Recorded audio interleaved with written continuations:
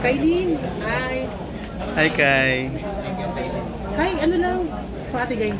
Ako po. Interview lang po. You worked with Ate Gay before. Opo. How was she bilang katrabaho? Ako, napakasarap po katrabaho ni Miss Nora Honor. Anong project yan?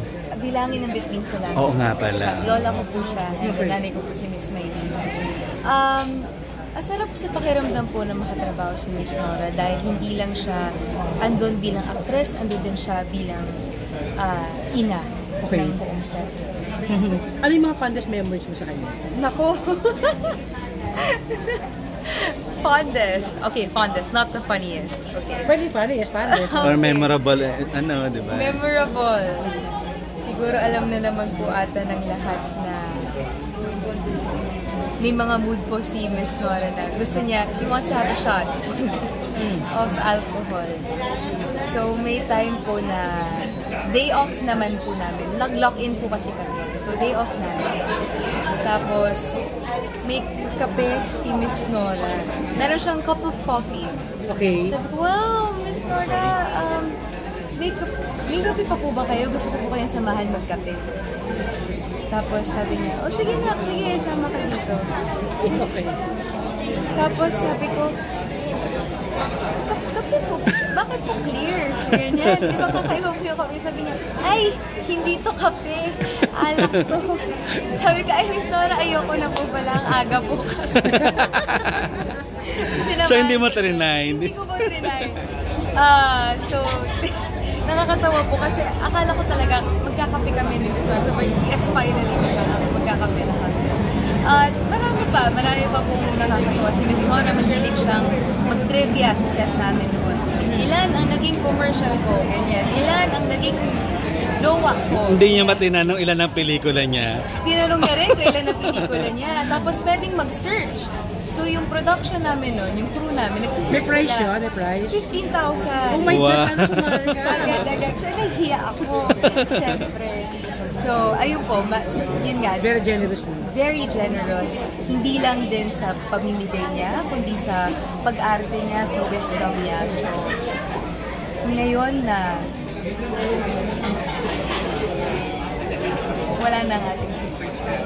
Siyempre, halata naman po ngayon na ang dami nagmamahal sa kanya. Yes, ang dami nagmamahal kay Miss Nora. At isa na po ako. At isa talagang isang malaking karangalan na makatrabaho ko po sa mga. Maraming mga ka-age mo na gusto makatrabaho sa Miss. At pinalad ka doon. At pinalad ka, di ba? Na isa sa mga ano. Feeling ko lahat ng artista sa kahit anong generasyon ay pinangarap na makatrabaho sa siya. At isa ako sa mga lucky ones. Meron ba siya mga pinayo sa'yo pag nag-uusap ka? When it comes to acting, when it comes to your craft, or personal Career, di ba? Ang pinayo niya sa akin, at pinayo din ng aking co-manager na #1 fan ni Miss Nora, co-manager, maging mabait ka sa fans mo. Kasi sinasabi nga din po ng mga anak ni Miss Nora, lahat na nakakilala sa kanila, na kahit nung bata pa sila, nasa loob ng bahay talaga. Ang daming tao lagi sa bahay nila. May mga fans, may mga nakatrabaho, ganyan. So, isa yun sa mga sinabi ko sa akin na kapag marami nagmamahal sa fans mo, ibalik mo sa kanila yung pagmamahal. So, yun yung isa sa mga pinayo sa akin. Yung mga natutunan mo sa kanya bilang actress, ano yung mga natutunan mo na ina-apply mo ngayon sa... Ang paggamit ng mata. paggamit ng mata. Ang power ng mata. Kasi alam natin lahat na si Miss Nora, kapag tinitigan mo siya, para kang nasa ibang dimension. At naranasan ko po yun.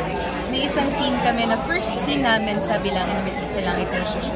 Nalala ko, naka-wig ako noon, naka-cosplay outfit ako. Tapos siya, tapos nag-e-eksena kami. Tapos titigan ko siya sa mata.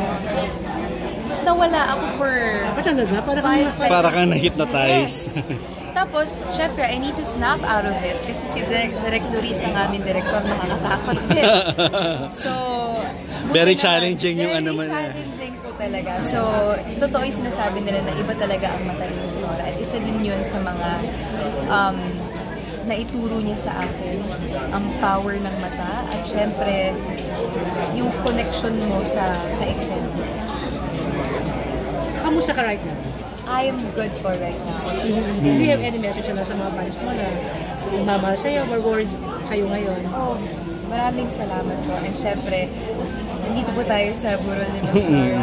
Maraming salamat din po sa nagmamahal kay Miss Nora. At message mo kay Ate Guy kung naririnig niya yung ano mo. Oh my God! Diba? Isa yun sa lagi namin tinatanong sa mga artista last.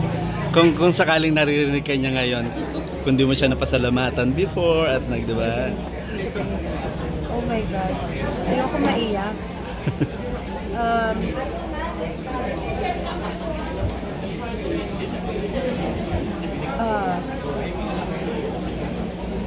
I just want to say thank you.